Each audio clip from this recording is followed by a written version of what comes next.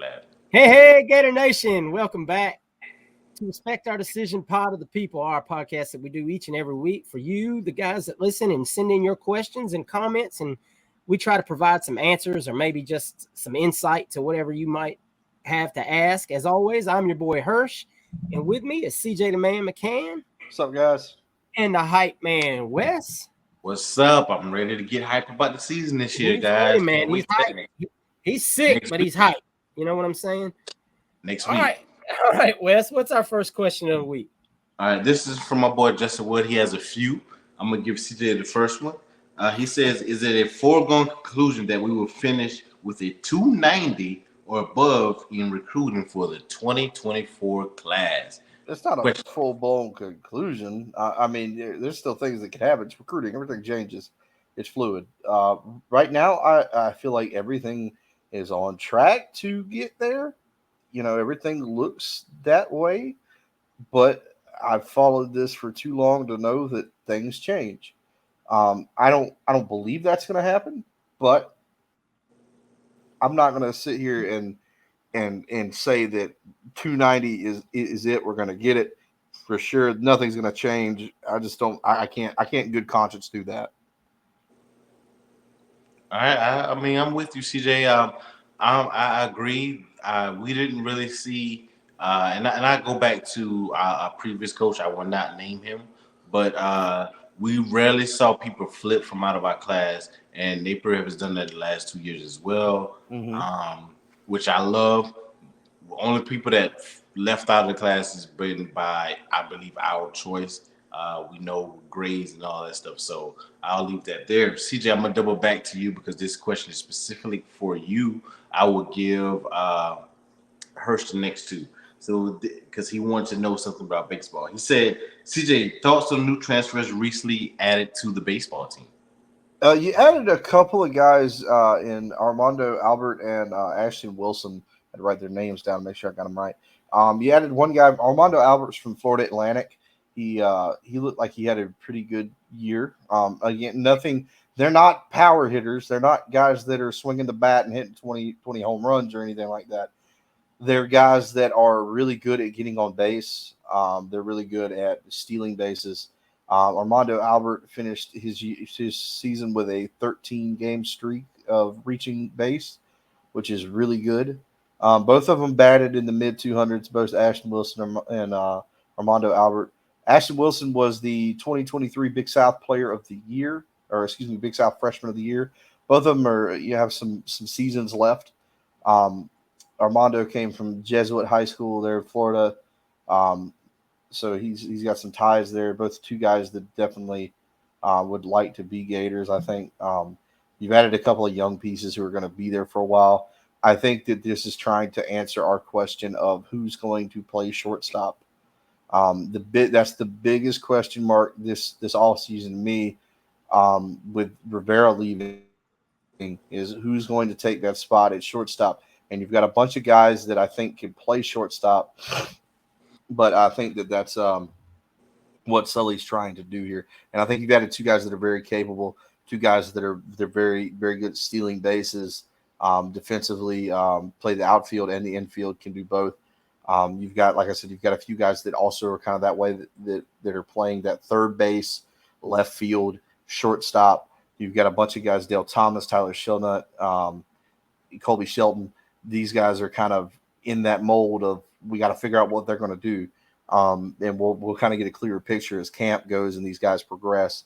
But you've taken two young guys with a lot of potential that I think Kevin O'Sullivan can kind of take. You know, we look at Josh Rivera specifically. I think it's evident of what he can do because Josh wasn't a big time player before last year. He worked, he got better, he was in a great program. It started, of course, with him becoming a very good shortstop, and then he became very good with the bat. So I think you're going to look to that. I think you're going to look at guys that are going to become very good shortstops first, defensively, and then they're going to work on the bat. So that's kind of what I'm envisioning. You know, again, there's two guys. They're not going to jump off the page. They're not big time highlight, kind of transfers, but they're two guys that are going to fill positions. They're two guys that have years ahead of them left to play. so you can get them in the system and really start to groom them to put them in that spot. So I think they're two good pickups of two guys that are very capable players. All right, I'm gonna give you the next two. This is from Justin Wood. I like this question. It's kind of right up your wheelhouse because you're a troll artist at times. Sometimes you like to troll. I don't know what you're talking about. Ooh, Harris? No. What opposing fan bases will have to eat crow the most this season on the field and recruiting wise? Miami. Miami. I actually do think Florida State will have a fairly decent season, and obviously their recruiting. What do you call decent? I'm gonna cut you off. What do you call it decent? I think they go 10-2. Okay. I mean, and maybe I'm in the minority with that. But we'll see. I guess we should wait and see how they perform versus LSU. They don't have any excuses. Let me put it that way. They have no excuses to have a bad season this year. And the recruiting is already right there. It is. They've got a top 5-6 class, depending on where you look right now. They've gotten multiple 5-star kids. They're really selling things down there right now. It's a good time for Seminole fans. I can't say that. Now Miami, on the other hand, are signing 3 stars like they're crypto at the height of crypto. Which is ironic since they have a scam artist of a Nil guy down there who's being sued by everybody right now. And I just don't believe they're going to be really great on the field either. I don't believe that Mario is a good in-game coach. I don't believe that they have a very good coaching staff. I believe that their fans are going to be at Mario's neck by the end of the season if I had to guess. All right, I like the answer, and I agree with you. I don't nothing I want to add to that. Last one from Justin, and I like this one as well. What recruiting committing this 2024 class that we already have in that class that have you guys on cloud 9? And he said you can't use DJ. So what guy that you like? Yeah, that guy in 2-3 years is gonna be my guy. I'm gonna stick to this guy. I'm gonna follow this guy. Miles Graham. Reports. I want to hear something from. Go ahead. I cut you off. Go ahead. Miles Graham. Xavier Fields to me is a very close second on that because I think he's going to be a stud safety that we haven't had here in a while. But Miles Graham is obviously a legacy kid. He's a damn fine linebacker. Linebacker recruiting has not been what it was once in the past, but now obviously Jay Bateman has got us, if you will. I just really look forward to seeing what Miles brings to the table. I mean, there's a few other. Jamonta Waller, obviously. I think that's kind of low-hanging fruit, though. I think given his tape and obviously the controversy of his own 3 ranking generates a lot of, down the road you want to finger point and be like, see, y'all were way off on that young man. Yeah. But I'm not going to lie. It's Miles Graham. I really want to see Miles Graham do great and live up to the tradition of what his father started here as a great Gator. CJ, this is the last one, Justin. I didn't skip this question on purpose. But to your last question, mine will be Jeremiah Smith. That's the guy that just has me on cloud 9. We don't have him yet, but that just. Let's just saying random stuff out here. CJ, last question from Justin. He says the game this year that if we win will have you the most happiest. Let's say we go 0-12, 1-11. What game would have you the happiest if it's the one that we win? He didn't say it like that, but I'm rephrasing the question. I mean, obviously, it's. I want to say Florida State, but that feels too damn easy. Florida State's the obvious blinking sign on my face answer, and I guess maybe Georgia, but beating Georgia is so far removed from my mind right now that I'm not even considering it. LSU, I'd love to beat LSU. Good answer. I would pop champagne if we beat LSU. I am so sick and damn tired of losing to LSU. We could have opened a gap on LSU from them floundering, and we didn't do anything with it. Always a close game. Always a close game. I would love to finally beat, especially if we're going to Death Valley. I would love to win that game, especially if Florida State lost it first. I 1,000% agree with you on that. FSU's low hanging fruit, and like you said, Georgia's kind of, we'll cross that bridge when we get there. But yeah, beating LSU at LSU would be an absolutely gigantic win for this program and Billy Napier this season. All right, this is a question for somebody not named Justin. This is from Nigel Jenkins. Well, he just loves what we do. So I go to the next guy. He said his name is Brian Holden. He said, how confident are Gator fans about our running back trio? How do you feel about the running back trio? I feel better about this group of running backs than I've maybe felt since we had guys named Demps and Rainey and Moody in the backfield. That's good. I like that. Because I can't say this enough. I don't think Gator fans understand how good of a running back Cam Carroll can be. I know some do. I'm not saying if you're one of those, it's like, I believe it. I've watched his highlights. I'm not talking to you. I'm talking to people who may not have realized or watched any highlights of that young man. That young man is a stud of a running back. If he hadn't got hurt last year. You're talking to me because I haven't. I'll be honest. Well, you need to get off of this tonight and watch some Cam Carroll highlights because that young man is a tank. Yes. And he's going to, at some point in the first few games, he's going to run over somebody, and Gator Nation's going to be like, "Who the hell is that?" He reminds me a lot of Marion Barber, that kind of running back. He is he reminds me of Montrell too, though. I think he's one of those guys that, to me, he's got that mean streak that wants to go search somebody out and put him in the dirt, and that's. I love that kind of running back. I'm a big fan of a running back that doesn't shy away from contact. And I mean, you have Trevor who can run away from people. You have Montrell that can do both. And then you have this young man. I just think it's the best combination of running backs we've had here in a decade. I'm really excited about it. I kind of like the running backs we've had, but I like your take on it. You've risen my expectation for that room, even though I love Etienne and Johnson. Once again, this is a personal take. You may say, no, Hirsch, that group we had whenever was better. I like Scarlett, and I've liked I love Taylor and all those guys, but this is a trio. This is three running backs that I could see all three guys taking snaps on the NFL level at some point in time. I'm tracking, and I love it. I'm going to answer this question, and I'll give you the next procedure. This is from Ryan Gurn, because it's something I mentioned last week, but I want to re-emphasize, and I'll give you the next from Ryan Parker, a frequent question asker that we love as well. Ryan Gurn said, if Graham Mertz has a great season this year, do you see him returning next year or going pro? If Graham Mertz doesn't stay next year, do you see Max Brown taking over, or is it DJ Lagway's show? I wanted to answer this question because I talked about this last week. As fans, you have to realize that if Graham Mertz has a decent season, say we go 9-3, whatever your expectations for the season, 10-2, 9-3, 8-4, 7-5, and Graham Mertz looks decent, I want him to come back. I'm a big fan, and I know you asked, do we see him coming back? I can't answer that question of whether I see him coming back, but I will hope he will come back because of the schedule that we have next year.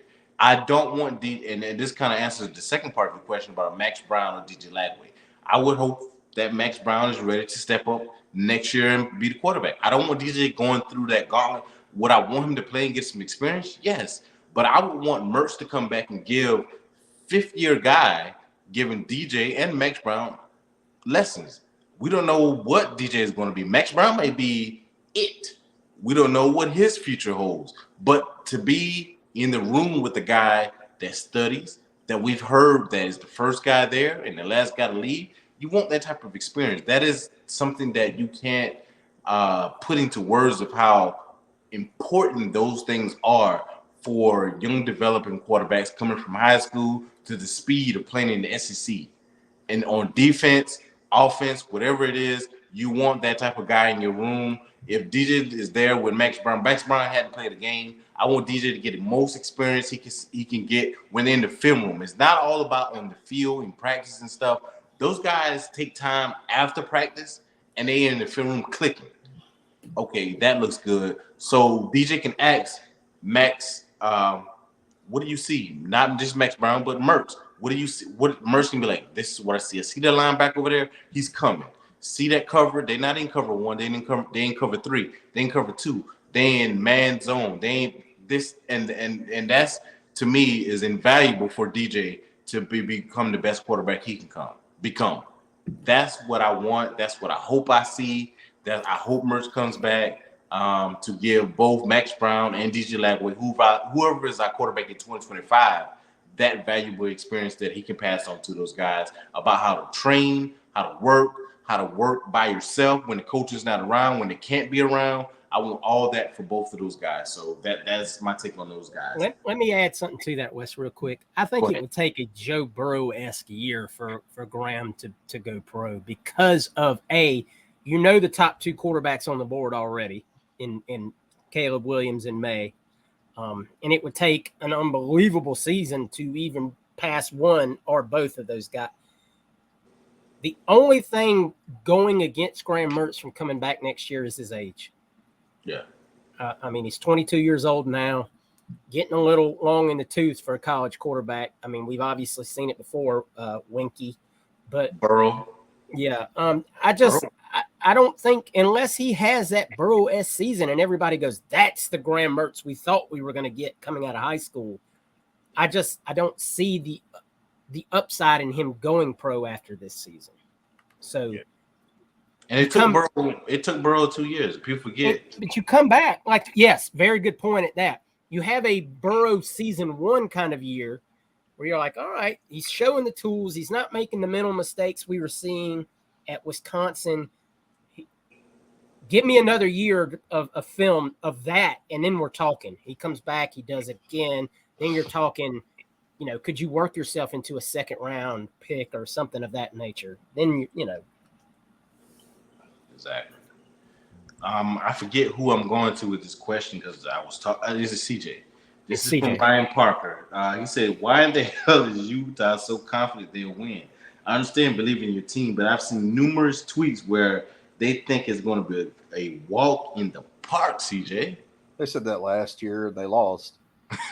It's a home game. It's a home game. They were, here's the thing. We are all excited about football. This is the best our team will look. That first game of the year, everybody thinks they have a chance. That's it. You get so hyped up, you're so ready to go. You get to believing your own hype. It's just what it is. And we've got people in our fan base believing that. We got people in our fan base that think we're going to go to Utah and just mollywop them and not even think twice about it. But I don't buy that. I think you need to look at it from a sensible take of just Utah's got some good players. They're returning 83% of their production from last year. Similar to this. But again, looking at what happened last year, they made the same arguments that they're making now of why we won't beat them. So it is what it is. Get on the field. And I said it in the other podcast. Just get on the field, win the damn game, and that's it. That's all there is to it. It's your opponent. This is game one. I don't care about anything else.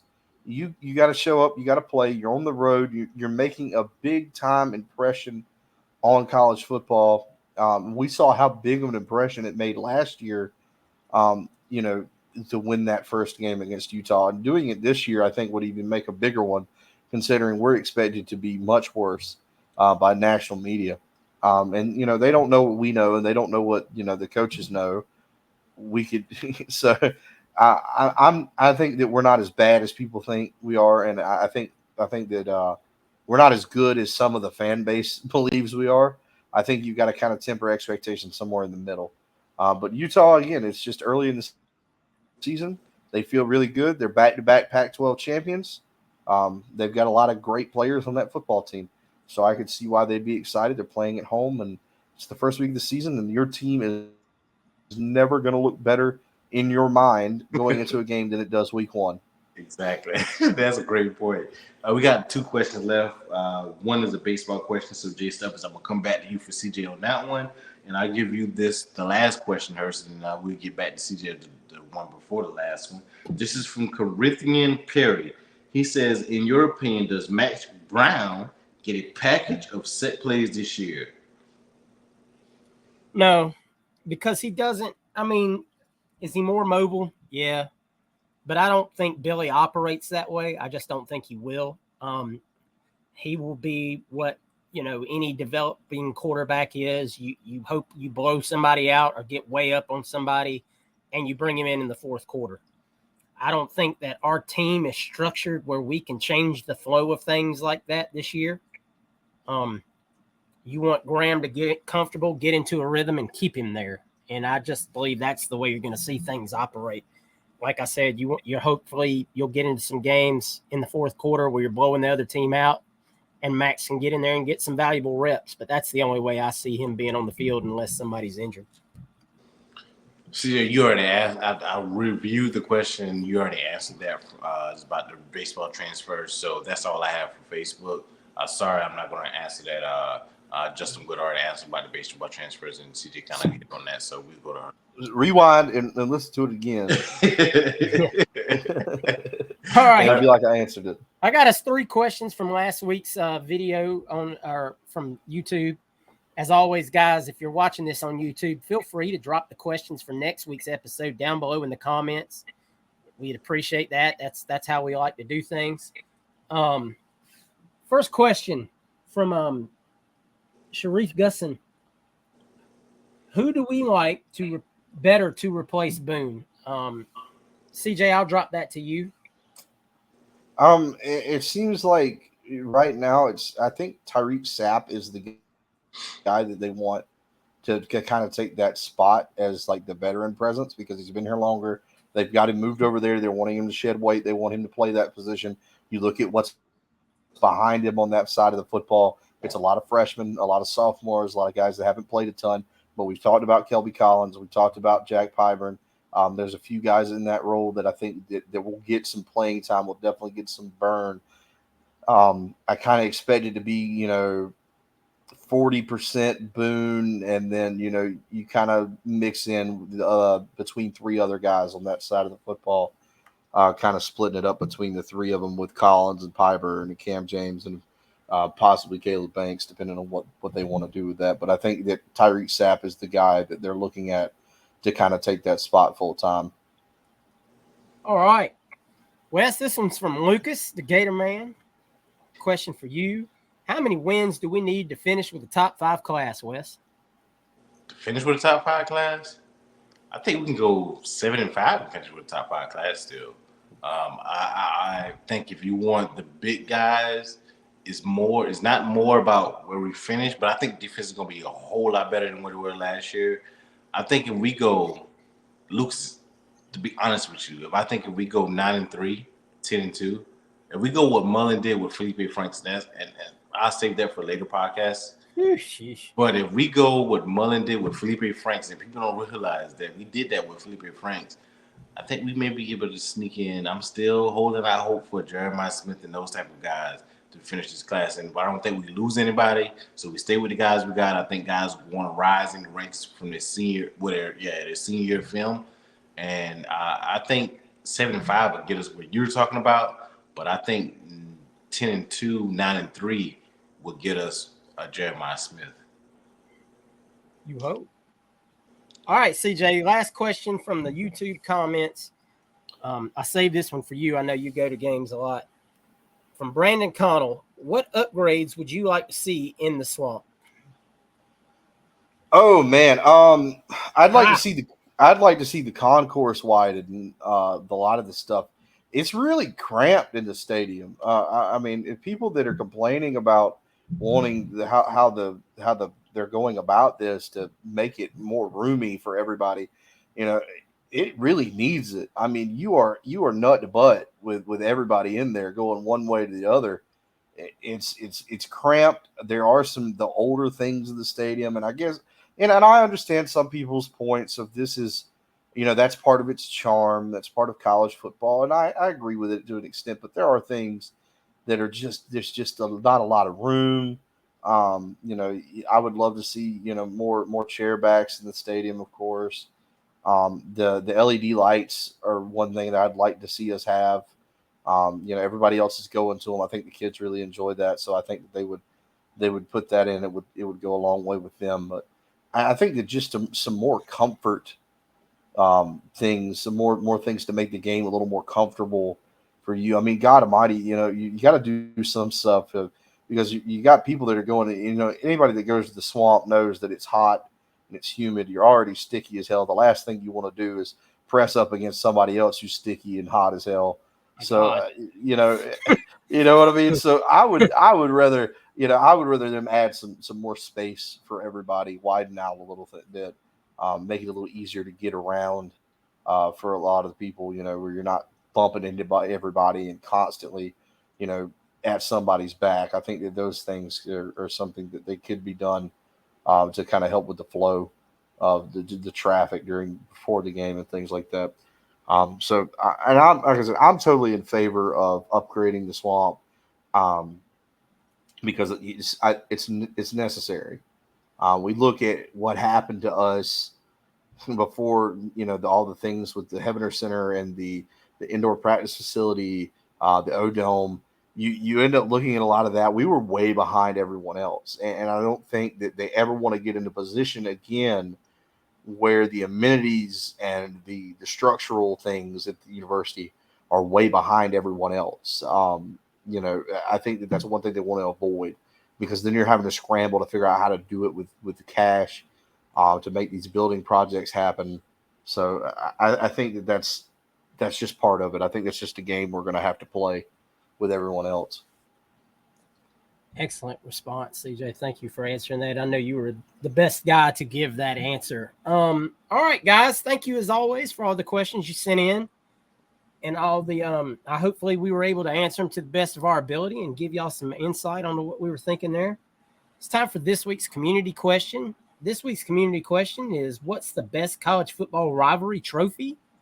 Not a lot of responses on Twitter this week. I know some people probably are like, I don't even care. I don't even, are there rivalry trophies? Some people probably don't even realize these things exist. Just a few of the answers we got. John Boyd said Paul Bunyan's axe, which is one of my favorites as well. Shane Pittman said the little brown jug. Thanks, Shane, for sending in your answer. JC said the Commander-in-Chief trophy or the Shillelagh trophy. And Lucas, the Gator Man, also said Paul Bunyan's axe. Wes, what answers did you have on the Facebook group to that question? Justin Wood said the one with the pig. He said, I can't remember the name of it. I know Josh Pace talks about it all the time. It's the Florida Rosendale. Yeah, Florida Rosedale said it. Tony Domer said it, Iowa versus Minnesota. Yeah. Brian Davis said Seminole War Cano is my personal favorite. Tim Scott said, I think this could depend on many different variables, and some of the average fan may not have heard of it because of the teams are blue bloods. But for example, many knew the UF FSU actually have a trophy canoe. The armed forces have the play for the Commander-in-Chief trophy, but only Army and Navy get top billing. Air Force actually has won it the most, so I go with the Skyhawk trophy. Iowa and Iowa State. Charlie Sapp said Paul Bunyan, and Ryan Gurn said Paul Bunyan's axe, and Terrence Simmons said Old Oaken Bucket between Indiana and Purdue. The old Oaken Bucket, yes. All right, CJ, what's yours? Oh man, I kicked this around for a minute because I love it. I love the stupid trophies because they hold a special place in my heart because my high school football team plays for dumb trophies. we play for a bucket every year. It's called the Barnett's Creek Bucket. But Thomas County Central and Cairo play.